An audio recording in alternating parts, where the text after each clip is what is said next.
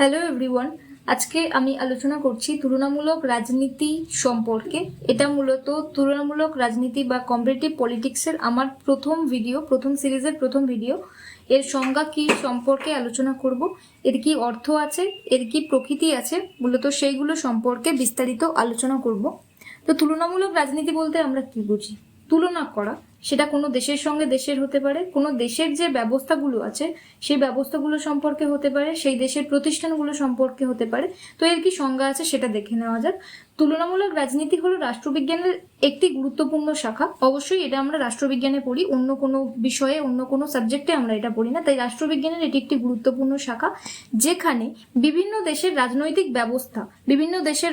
ব্যবস্থা বলতে প্রত্যেকটি দেশেরই রাজনৈতিক ব্যবস্থার কথা বলা হচ্ছে।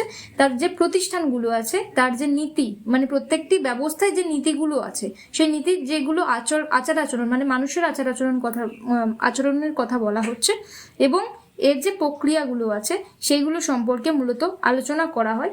এর মাধ্যমে বোঝা যায় কেন এক দেশের রাজনৈতিক ব্যবস্থা অন্য দেশের তুলনায় ভিন্নভাবে কাজ করে।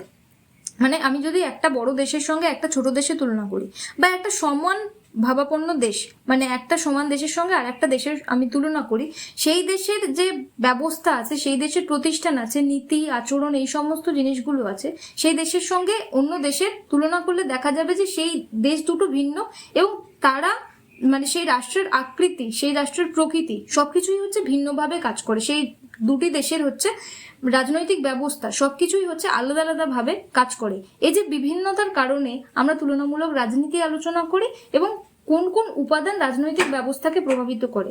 মানে আমরা যেহেতু রাজনীতি সম্পর্কে আলোচনা করছি, আমরা যেহেতু রাষ্ট্রবিজ্ঞান সম্পর্কে আলোচনা করছি, তো এই যে তুলনামূলক রাজনীতিতে যে যে বিষয়গুলো রাজনৈতিক ব্যবস্থাকে প্রভাবিত করে সেইগুলো সম্পর্কে মূলত আমরা এই বিষয়টি, মানে তুলনামূলক রাজনীতি বা কম্পারেটিভ পলিটিক্সে আমরা এই জিনিসগুলো আলোচনা করে থাকি আর কি।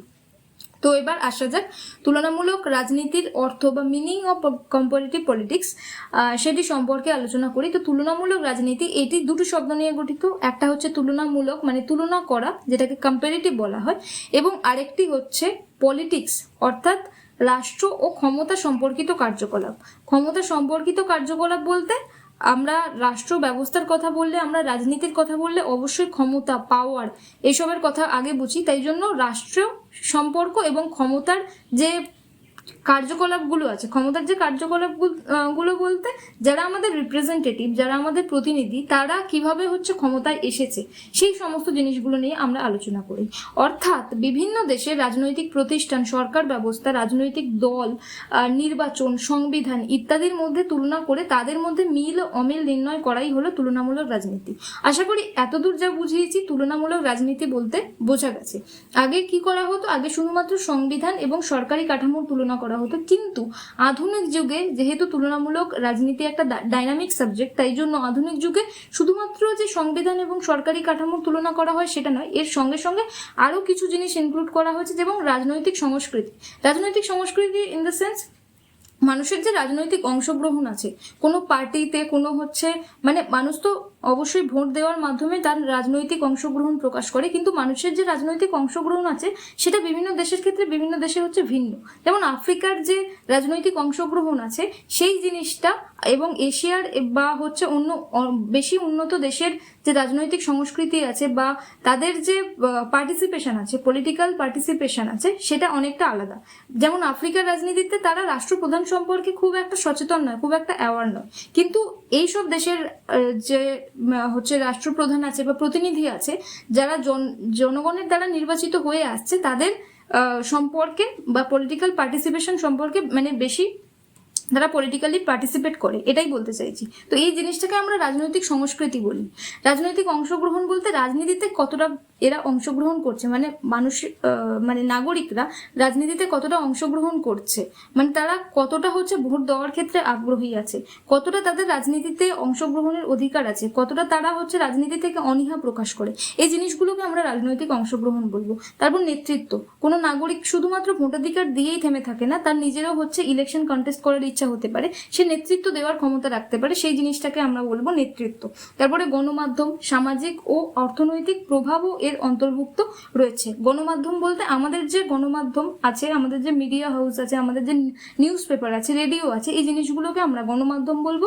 এবং সামাজিক এবং অর্থনৈতিক প্রভাব, প্রত্যেকটি দেশের আলাদা, সমাজ কিভাবে প্রভাব ফেলে, একটি রাজনীতিতে অর্থনীতি কিভাবে প্রভাব ফেলে, সেটা প্রত্যেকটা দেশের যেহেতু অর্থনীতি আলাদা, প্রত্যেক দেশের সমাজ ব্যবস্থা আলাদা, তাই জন্য প্রত্যেক দেশে আলাদা আলাদা ভাবে এই জিনিসগুলো মানে নিজেদেরকে বৈচিত্র্য সম্পন্ন করে তোলে। তাই জন্য তুলনামূলক রাজনীতি বা তুলনামূলক রাষ্ট্রবিজ্ঞান এই সমস্ত সম্পর্কে আলোচনা করে। এবার আসি হচ্ছে মেন সংজ্ঞা সম্পর্কে, মানে যারা তুলনামূলক রাজনীতি সম্পর্কে কথা বলে বা তুলনামূলক রাজনীতির তত্ত্বিক আর কি, তাদেরকেই বলা হয়। তারা হচ্ছে বিভিন্ন ধরনের সংজ্ঞা দিয়েছেন। যেমন প্রথমেই আছে গ্যাব্রিয়েল অ্যালমন্ড। এনার মতে comparative politics is the study of political systems not confined to any particular country. অর্থাৎ তুলনামূলক রাজনীতি হলো বিভিন্ন রাজনৈতিক ব্যবস্থার অধ্যয়ন।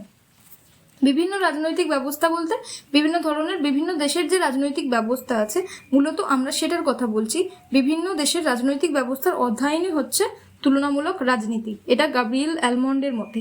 তো তারপরে রয় ম্যাক্রেডিসের মতে comparative politics is the systematic study and comparison of the political systems of the world. মানে বিশ্বের বিভিন্ন রাজনৈতিক ব্যবস্থাকে পদ্ধতিগতভাবে তুলনা করাই হলো তুলনামূলক রাজনীতি। তারপরে আছে জিন বোন্দেল এর মতে তুলনামূলক রাজনীতি হলো বিভিন্ন দেশের রাজনৈতিক আচরণ। রাজনৈতিক আচরণ মানে কিন্তু রাজনীতির তো কোনো আচরণ হয় না, মানুষের যে আচরণ, রাজনীতিতে মানুষের যে আচরণ আছে সেইটার কথা বলা হচ্ছে। এবং প্রতিষ্ঠান বিশ্লেষণের বিজ্ঞানসম্মত পদ্ধতি। তো এই যে তিনটে সংখ্যা, এরা অবশ্যই হচ্ছে তুলনামূলক রাজনীতিতাত্ত্বিক, তাই এরা নিজেদের মতো করে নিজেদের সংজ্ঞা দিয়েছেন। এবার আসা যাক তুলনামূলক রাজনীতির প্রকৃতি মানে নেচার, কিরকম ধরনের হয় তুলনামূলক রাজনীতি। প্রথমেই হচ্ছে বিশ্লেষণাত্মক এবং বৈজ্ঞানিক দৃষ্টিভঙ্গি। প্রাচীনকালে রাজনীতি চর্চা ছিল কেবলমাত্র বর্ণনামূলক বা মানে কিরকম বোঝায়, আগেকার দিনে মানে আমরা জানি অ্যারিস্টটল হচ্ছে তুলনামূলক রাজনীতির জনক, কারণ তিনি হচ্ছে তখনকার যে সিটি স্টেট ছিল বা নগর রাষ্ট্র ছিল, তখনকার যে 158টি সিটি স্টেট ছিল সেইগুলোর হচ্ছে কম্পারেটিভ একটা স্টাডি করেন। তারপরে নিজের হচ্ছে 6 ধরনের সরকারের প্রকার সেটা নিয়ে হচ্ছে আলোচনা করেন। তো সেই যে জিনিসগুলো, সেই জিনিসটা এখন আর নেই। আধুনিক কালের যে তুলনামূলক রাজনীতি সেটা কেবল শুধুমাত্র বর্ণনা করে না, বরং বৈজ্ঞানিক পদ্ধতিতে ডেটা কালেক্ট করে এবং রাজনৈতিক ঘটনার কার্যকরণ সম্পর্ক মানে কার্যের উপর কারণ নির্ভর করে, আবার কারণের উপর কার্য নির্ভর করে। এই যে দুটো মানে রাজনৈতিক ঘটনার এই যে সম্পর্ক, এইভাবেই হচ্ছে এরা বিশ্লেষণ করে। তারপরে কি করে, আনুষ্ঠানিক ও অনানুষ্ঠানিক কাঠামোর অধ্যয়ন। এটি শুধু সংবিধান বা আইনগত কাঠামোর মানে যেমন সংসদ বা আদালতের মধ্যে সীমাবদ্ধ থাকে না। রাজনীতির পেছনে কাজ করা অনানুষ্ঠানিক উপাদান, যেমন চাপ সৃষ্টিকারী গোষ্ঠী, মানে সরকার সবসময় হচ্ছে ক্ষমতায় আসার পর যদি সে হচ্ছে নিজের কাজটা যেটা তার করা উচিত নাগরিকদের জন্য, জনগণের জন্য, সেটা যখন সে না করে থাকে, তখন যে সমস্ত গোষ্ঠী উঠে আসে সেটাকে আমরা চাপ সৃষ্টিকারী গোষ্ঠী বলবো। আবার এটাও বলা যেতে পারে চাপ সৃষ্টিকারী গোষ্ঠীতে সবসময় সরকারকে প্রভাবিত করে জনকল্যাণের জন্য সেরকমটা নয়, অবশ্যই তারা মাঝে মাঝে হচ্ছে টেররিস্টও হতে পারে। চাপ সৃষ্টিকারী গোষ্ঠী কিছু ক্ষেত্রে ভালো হিসেবেও কাজ করে। বিভিন্ন যারা এনজিও আছে যারা হচ্ছে জনকল্যাণকর মানে ধারণা নিয়ে কাজ করে, তারা হচ্ছে চাপ সৃষ্টিকারী গোষ্ঠী। এবং জনমত, মানুষের সেই নির্দিষ্ট রাজনৈতিক দল সম্পর্কে কি মত আছে। এলিট শ্রেণী মানে হচ্ছে রাজনৈতিক পার্টি ছাড়াও সমাজে মানে সেই রাষ্ট্রে অবস্থানকারী কিছু বড়লোক শ্রেণীও আছে, সেই শ্রেণীটাকে আমরা এলিট শ্রেণী বলবো, যেটা সংখ্যায় খুব কম হলেও তারাও হচ্ছে এই যে তুলনামূলক রাজনীতিতে বা তাদেরকে চাপ সৃষ্টি করার জন্য একটা অন্যতম অংশ। এবং রাজনৈতিক সংস্কৃতি নিয়ে আলোচনা করে। রাজনৈতিক সংস্কৃতি বলতে মানুষের রাজনীতিতে কতটা পার্টিসিপেশন, রাজনীতি একটা যেভাবে হচ্ছে সংস্কৃতি হয়ে উঠেছে, তার পার্টিসিপেশন একদম খুবই সংকীর্ণ নাকি হচ্ছে সে ডাইরেক্টলি গিয়ে পার্টিসিপেট করে রাজনীতিতে, সেই সমস্ত জিনিসগুলো সম্পর্কে হচ্ছে আলোচনা করে। তাই জন্য তুলনামূলক রাজনীতির প্রকৃতি হচ্ছে আনুষ্ঠানিক এবং অনানুষ্ঠানিক এই দুটো কাঠামোই অধ্যয়ন করে। তারপরে হচ্ছে উন্নয়নশীল দেশগুলির অন্তর্ভুক্তি। উন্নয়নশীল দেশগুলো বলতে কি বোঝায়, দ্বিতীয় বিশ্বযুদ্ধের পর থেকে এশিয়া, আফ্রিকা ও লাতিন আমেরিকার সদ্য স্বাধীন হওয়া দেশ, মানে যারা উপনিবেশের আন্ডারে ছিল, যারা ব্রিটিশদের দ্বারা, ফ্রান্সের দ্বারা শোষিত হতো, এবং তারা এসে শাসন করতো, তারা সবকিছুই হচ্ছে নিয়ে শুষে নিয়ে চলে যায়, এবং তারপরে যখন তারা নিজেরা আর শাসন করতে পারে না, এবং এই যে এশিয়া, আফ্রিকা এবং লাতিন আমেরিকায় যারা নতুন নতুন সদ্য যারা গজিয়ে ওঠা দেশ, তারা তারা যেহেতু অর্থনৈতিকভাবে একদমই দুর্বল হয়ে পড়ে, কারণ ব্রিটিশরা সবকিছু শুষে নিয়ে চলে যায়, তাই জন্য তারা অনুন্নত হয়ে পড়ে এবং তারা আর উন্নত থাকতে পারে না, তাই জন্য তারা উন্নয়নশীল এই যে দেশগুলোর রাজনৈতিক ব্যবস্থা, এই ব্যবস্থাটা হচ্ছে তুলনামূলক রাজনীতির প্রকৃতির মধ্যে পড়ে। কারণ এটা সবে সবে উন্নত, মানে সবে সবে হচ্ছে ডেভেলপ হচ্ছে, সবে সবে হচ্ছে, মানে এটাকে আমরা ডেভেলপ ঠিক বলবো না, ডেভেলপিং বলবো, কারণ এরা সবে সবে হচ্ছে স্বাধীনতা পেয়েছে। উন্নত দেশগুলো তো অনেক আগে, সেই হচ্ছে 1700 টাইম থেকে স্বাধীনতা পেয়ে পেয়ে আসছে, কিন্তু যারা উন্নয়নশীল তারা 1900 টাইমে হচ্ছে স্বাধীনতা পেয়েছে। মানে আমাদের ভারতের কথাই যদি বলি 1947, তারপরে হচ্ছে পাকিস্তানের কথা বলি সেটাও তো 1947 অবশ্যই, চীন 1949। এই ধরনের যে দেশগুলো আছে এরা সদ্য স্বাধীনতা প্রাপ্ত হলেও তাদের অর্থনৈতিকভাবে দুর্বলতার কারণে তারা নিজেরা পিছিয়ে পড়ছে। তাই তাই তুলনামূলক যারা তুলনামূলক রাজনীতি যারা হচ্ছে অধ্যয়ন করছে তারা উন্নয়নশীল দেশগুলোতেও আসছে, এবং উন্নয়নশীল দেশগুলোতে আসার ফলে তারা এই দেশেরও ডেটা কালেক্ট করছে, মানে তথ্য সংগ্রহ করছে যে এই দেশের কি সমস্যা থাকতে পারে অন্য দেশের থেকে। তাই অন্য দেশের থেকে এই দেশের সমস্যাটা যদি অধ্যয়ন করে তারা বের করতে পারে কি সমস্যা, সেটার সমাধান তারা বের করতে পারবে খুব ইজিলি, এটাই বলা হচ্ছে। তারপরে মূল্যবোধ নিরপেক্ষতা বা ভ্যালু ফ্রি স্টাডি। আধুনিক রাষ্ট্রবিজ্ঞানীরা তুলনামূলক রাজনীতিকে আদর্শ বা মূল্যবোধের বেড়াজালে না বেঁধে কি হওয়া উচিত তার চেয়ে বর্তমানে কি ঘটছে, মানে একটা নর্মেটিভ কোনো আদর্শর থেকে পরিবর্তে বর্তমানে কি ঘটছে, কি করে এই শাসনটা ঠিকভাবে পরিচালনা করা যেতে পারে সেইটার উপর, মানে বর্তমানে কি ঘটছে তার পরিপ্রেক্ষিতে ডিসিশন নেওয়া। নচেত হচ্ছে এই যে কি হওয়া উচিত, এটা হলে এরকম ভালো হতো, ওটা হলে ওরকম ভালো হতো, এই জিনিসটাকে একদমই বাদ দিয়ে দেওয়া হয়েছে, এবং সমাজে যেটা ঘটছে তার উপর বেস করে ডিসিশন নেওয়া, এটার উপর হচ্ছে জোর দিচ্ছে। তো তুলনামূলক রাজনীতি এটার উপরই হচ্ছে জোর দিচ্ছে আর কি। এবারে আসা যাক তুলনামূলক রাজনীতির কি পরিধি আছে।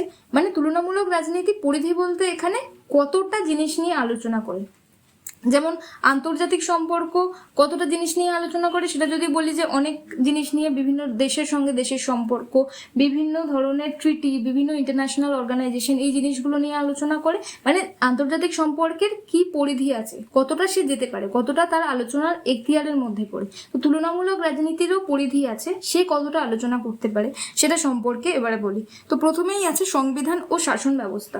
সংবিধান ও শাসন ব্যবস্থা বলতে প্রত্যেকটি দেশের আলাদা আলাদা সংবিধান আছে, তাই বিভিন্ন দেশের যে সংবিধান ব্যবস্থা আছে, সংবিধান ব্যবস্থা আমাদের যে রাষ্ট্রটা কেমন হবে, আমাদের দেশটা কেমন হবে সেটাকে বুঝিয়ে দেয়। তাই সেটা সংসদীয় প্রকৃতির হবে, নাকি সেটা এককেন্দ্রিক হবে, নাকি সেটা যুক্তরাষ্ট্রীয় হবে, নাকি সেটা রাষ্ট্রপতি শাসন ব্যবস্থা হবে, সেটা আমাদের সংবিধান বুঝিয়ে দেয়। তাই এই যে সংবিধান ব্যবস্থা প্রত্যেকটি দেশের, সেটা নিয়ে তুলনামূলক রাজনীতি করে থাকে। এবং সংবিধানের কি বৈশিষ্ট্য হতে পারে, প্রত্যেকটি দেশের সংবিধানের আলাদা আলাদা বৈশিষ্ট্য, কারণ প্রত্যেকটি দেশ আলাদা টাইমে স্বাধীনতা পেয়েছে, আলাদা তাদের হচ্ছে নিড আছে, মানে চাহিদা আছে, তাই সংবিধানের বৈশিষ্ট্য প্রত্যেকটি দেশের আলাদা।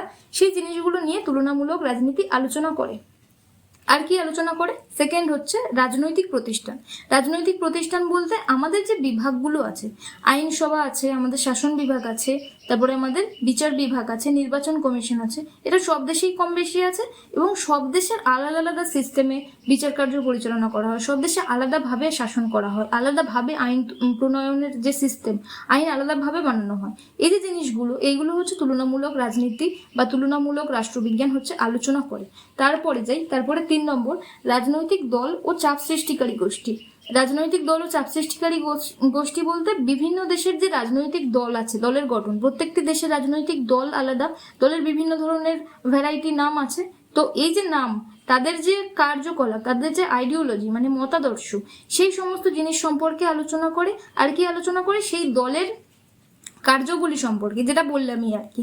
এবং চাপ সৃষ্টিকারী গোষ্ঠী, সেই রাজনৈতিক দল যদি না কাজ করে তাহলে চাপ সৃষ্টিকারী গোষ্ঠী কতটা সেই দলকে প্রভাব, মানে সেই দল যদি সরকারে থাকে তাহলে তো সেই সরকার যদি না কাজ করে, চাপ সৃষ্টিকারী গোষ্ঠী সেখানে চাপ দেয়, এবং তার ফলে জনগণও হচ্ছে তাদেরকে চাপ দেয়। তার ফলে কি হয়, যে রাজনৈতিক দল নিজেরা নিজেদের কাজ ঠিকভাবে করতে বাধ্য হয়। এই জিনিসগুলো তুলনামূলক রাজনীতি আলোচনা করে। আর কি আলোচনা করে? নির্বাচন ব্যবস্থা, নির্বাচন পদ্ধতি। নির্বাচন পদ্ধতি মানে কিভাবে আমরা ইলেকশন লড়ি, সেটা প্রত্যেকটা দেশের আলাদা আলাদা নির্বাচন ব্যবস্থা আছে। আমাদের দেশে যেরকম first past the post system আছে, রাষ্ট্রপতির ক্ষেত্রে হচ্ছে সিঙ্গেল ট্রান্সফারেবল ভোট আছে, অন্য দেশের জন্য স্লেট সিস্টেম আছে, তারপরে আরো যে সিস্টেম আছে 2 রাউন্ড সিস্টেম আছে ফ্রান্সের ক্ষেত্রে। এই যে জিনিসগুলো তুলনামূলক রাজনীতিতে বিভিন্ন ধরনের যে ভোটের নির্বাচন যে পদ্ধতি, ইলেকশন পদ্ধতি, মানুষের ভোট নেওয়ার পদ্ধতি আর কি, সেই জিনিসগুলো আলাদা আলাদা। তাই এই জিনিসটা নিয়ে আলোচনা করে ভোটদান আচরণ, তারপরে নির্বাচনী সংস্কার, বিভিন্ন ধরনের নির্বাচনী সংস্কার মানে নির্বাচনের টাইমে মানে ইলেকশনের টাইমে হয়ে থাকে।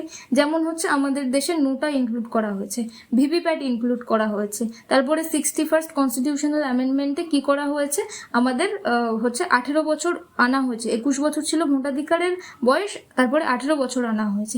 এই যে নির্বাচনী সংস্কার, এই জিনিসগুলো বিভিন্ন দেশে বিভিন্ন রকমের আছে, তাই এই যে জিনিসগুলো সম্পর্কে আলোচনা করা হয়। তারপরে আছে হচ্ছে রাজনৈতিক সংস্কৃতি।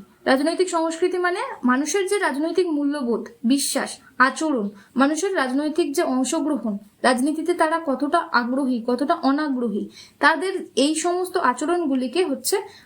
আচরণগুলোকে পর্যালোচনা করাই হচ্ছে তুলনামূলক রাজনীতির মানে অন্যতম কাজ আর কি।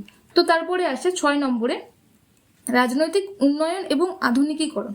এটার মানে হচ্ছে উন্নয়নশীল এবং উন্নত দেশের রাজনৈতিক পরিবর্তন এবং আধুনিকীকরণ নিয়ে আলোচনা করা। এটার মানে হচ্ছে প্রত্যেক মানে সব দেশ তো আর উন্নত হয়ে যায়নি। কোনো দেশ একদম 1700 টাইমে মানে স্বাধীনতা পেয়ে গেছে, আবার কোনো দেশ 1900 টাইমে, যারা হচ্ছে এই উপনিবেশের আন্ডারে ছিল তারা হচ্ছে 1900 টাইমে, মানে আমাদের দেশ যেরকম উন্নয়নশীল দেশ। এই দুটি দেশের মধ্যে রাজনৈতিক পরিবর্তন কি কি আধুনিকতা এসেছে তাদের মধ্যে, কোনো ক্ষেত্রে হচ্ছে ইন্ডাস্ট্রি হচ্ছে ইম্পর্টেন্ট হয়ে দাঁড়ায়, আবার কোনো ক্ষেত্রে হচ্ছে এগ্রিকালচার ইম্পর্টেন্ট হয়ে দাঁড়ায়। এই যে জিনিসগুলো, এই জিনিসগুলোর পর্যালোচনা করা, এই জিনিসগুলোর হচ্ছে তুলনা করা, এই জিনিসগুলো হচ্ছে তুলনামূলক রাজনীতি করে থাকে। তারপরে কি? তারপরে আন্তর্জাতিক প্রভাব। আন্তর্জাতিক প্রভাব বলতে বিভিন্ন যে আন্তর্জাতিক সংস্থাগুলো আছে, আন্তর্জাতিক সংস্থা বলতে আমাদের যে IMF আছে, আমাদের WTO আছে, তারপরে আমাদের ইউনাইটেড নেশন আছে, সমস্ত রাষ্ট্র মিলে যেভাবে ইউনাইটেড নেশন বা সম্মিলিত জাতিপুঞ্জ গঠন করেছে সেরকম আছে, ওয়ার্ল্ড হেলথ অর্গানাইজেশন আছে, আরও যে বিভিন্ন ধরনের অর্গানাইজেশন আছে, সেই জিনিসগুলোর যে তুলনামূলক আলোচনা সেইগুলো হচ্ছে করে থাকে। বিশ্বায়ন তো শুধুমাত্র আমার একার হচ্ছে না, আমরা একসাথে মিলিত হচ্ছি, প্রত্যেকটি দেশ আমরা সোশ্যাল মিডিয়ার দ্বারা, আমরা হচ্ছে ডিজিটাল দুনিয়ার দ্বারা হচ্ছে মিলিত হচ্ছি, সেইভাবে হচ্ছে আমাদের বিশ্বায়ন হচ্ছে, আমাদের গ্লোবালাইজেশন হচ্ছে।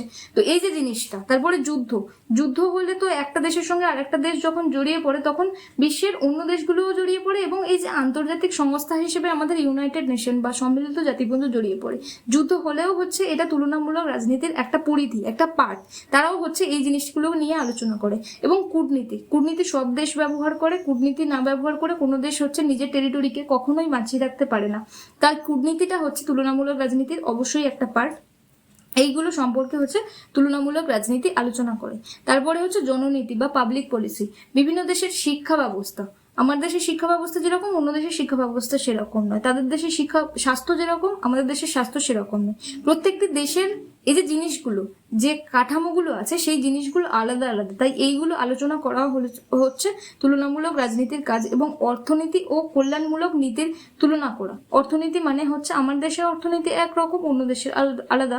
এই যে জিনিসগুলো তুলনা করাই হচ্ছে তুলনামূলক রাজনীতির কাজ। তো এই ছিল আজকের ভিডিও, তুলনামূলক রাজনীতি সম্পর্কে, তার সংজ্ঞা, তার প্রকৃতি, তার যে পরিধি আছে, এইগুলো সম্পর্কে। তো এটা হচ্ছে এই সিরিজের প্রথম ভিডিও। Thank you.